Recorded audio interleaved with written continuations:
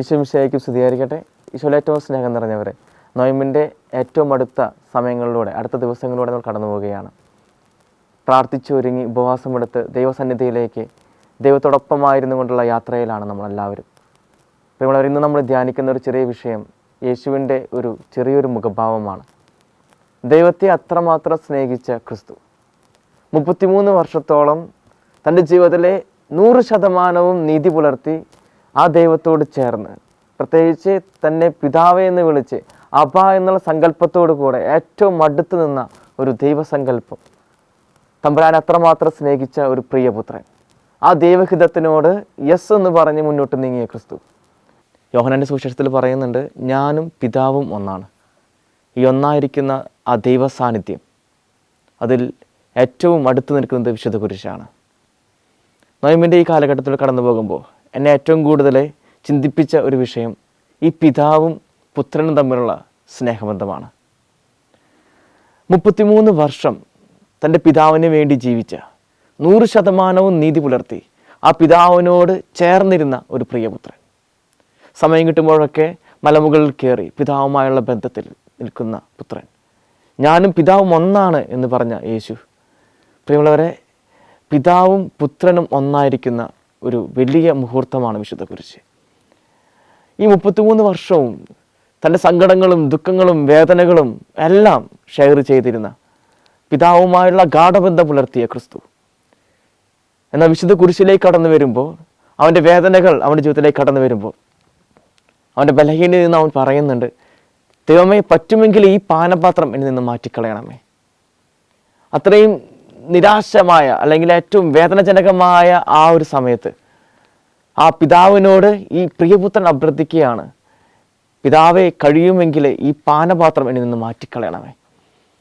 നമ്മൾ ഇവിടെ നോക്കേണ്ട ഒരു വസ്തുത എന്ന് വെച്ചിട്ടുണ്ടെങ്കിൽ, ജീവിതത്തിലെ ഉടനീളം ഉണ്ടാകുന്ന സഹനങ്ങളും വേദനകളും സന്തോഷങ്ങളും എല്ലാം ഈ പുത്രൻ പിതാവുമായിട്ട് പങ്കുവെക്കുന്നുണ്ട്. അത്ഭുതങ്ങൾ ചെയ്തതിന് ശേഷം പ്രാർത്ഥിക്കാനായിട്ട് പുത്രൻ മലയിലേക്ക് കയറി പോകുന്നു. അവിടെ പിതാവുമായിട്ടൊരു ഗാഢബന്ധം, പിതാവുമായിട്ട് എപ്പോഴും ഒരുമിച്ച് നിൽക്കാനായിട്ടുള്ളൊരു ആഗ്രഹം, ഇതൊക്കെ ഉണ്ടായിട്ടും എന്തുകൊണ്ടാണ് തൻ്റെ പ്രിയപുത്രനെ ദൈവം ഇങ്ങനെയൊരു ഹിതം നിറവേറ്റാനായിട്ട് വിളിക്കപ്പെട്ടത്?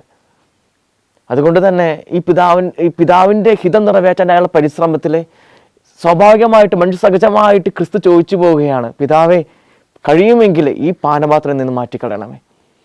ഇവിടെ എന്നെ ഏറ്റവും കൂടുതൽ ചലഞ്ച് ചെയ്യുന്ന ഒരു ചിന്ത എന്ന് വെച്ചിട്ടുണ്ടെങ്കിൽ, ഈ പാനപാത്രം നിന്ന് മാറ്റിക്കളയണമേ എന്ന് പറഞ്ഞതിന് ശേഷം ഈശോ വീണ്ടും പറയുന്ന ഒരു കാര്യമുണ്ട്, എൻ്റെ ഹിതമല്ല തമ്പുരാനെ, പിതാവേ, നിൻ്റെ ഹിതം എന്നിൽ നിറവേറട്ടെ. അതായത് ദൈവം എൻ്റെ കൂടെ ഇല്ല എന്ന ചിന്ത ക്രിസ്തുവിനെ വേട്ടയാടുമ്പോൾ പോലും, എന്നെ സ്നേഹിക്കുന്ന, എന്നെ കരുതുന്ന, എന്നെ കൂട്ടിച്ചേർക്കുന്ന, എൻ്റെ അത്ഭുതങ്ങളിലെ, എൻ്റെ നന്മകളിലെ, എൻ്റെ സന്തോഷങ്ങളിലെ, എൻ്റെ ദുഃഖങ്ങളിൽ ഒന്ന് ചേർന്ന തമ്പുരാൻ കുരിശിൻ്റെ സമയത്ത് എൻ്റെ കൂടെ ഇല്ല എന്ന ചിന്ത ഈ ക്രിസ്തുവിനെ വേട്ടയാടുമ്പോൾ പോലും ആ പിതാവുമായിട്ട് അള്ളിപ്പിടിച്ചിരിക്കുന്ന ഒരു ക്രിസ്തു സ്വഭാവം. പ്രിയമുള്ളവരെ, ഇത് നൊയമ്പിൻ്റെ വലിയൊരു ചിന്തയാണെന്ന് എനിക്ക് തോന്നുന്നത്. കാരണം ജീവിതത്തിൽ സഹനങ്ങളും വേദനകളും ഒക്കെ വരുന്നുണ്ട്. ഒരുപാട് നമ്മൾ തമ്പുരാനോട് പ്രാർത്ഥിക്കുന്നുണ്ട്, തമ്പുരാൻ ഇതൊക്കെ എന്നെ മാറ്റിത്തരണേ, എൻ്റെ സഹനങ്ങളും വേദനകളും എനിക്ക് സഹിക്കാൻ പറ്റുന്നില്ല. പലപ്പോഴും നമ്മളങ്ങനെ പറഞ്ഞ് പ്രാർത്ഥിക്കുന്നുണ്ട്. പ്രിയമുള്ളവരെ, നമ്മൾ പ്രാർത്ഥിച്ചിട്ട് ഉത്തരം കിട്ടാത്ത ഒരുപാട് പ്രാർത്ഥന നമ്മുടെ മുമ്പിലുണ്ട്. ഇവിടെ ക്രിസ്തു നമുക്കൊരു ഉദാഹരണം. എന്തുകൊണ്ടാ? എങ്കിൽ പോലും എൻ്റെ പിതാവെ, നിന്നെ ഞാൻ പിടിച്ചിരിക്കുകയാണ്. എങ്കിൽ പോലും പിതാവെ, നിന്റെ സ്നേഹത്തിൽ ഞാൻ അമർന്നു നിൽക്കുകയാണ്. എങ്കിൽ പോലും പിതാവെ, നിന്നെ ഞാൻ അള്ളിപ്പിടിച്ചിരിക്കുകയാണ്. പ്രിയമുള്ളവരെ, ഈ നൊയമ്പിൻ്റെ കാലഘട്ടത്തിൽ നമുക്ക് വേണ്ട മനോഭാവം ഇതാണ്.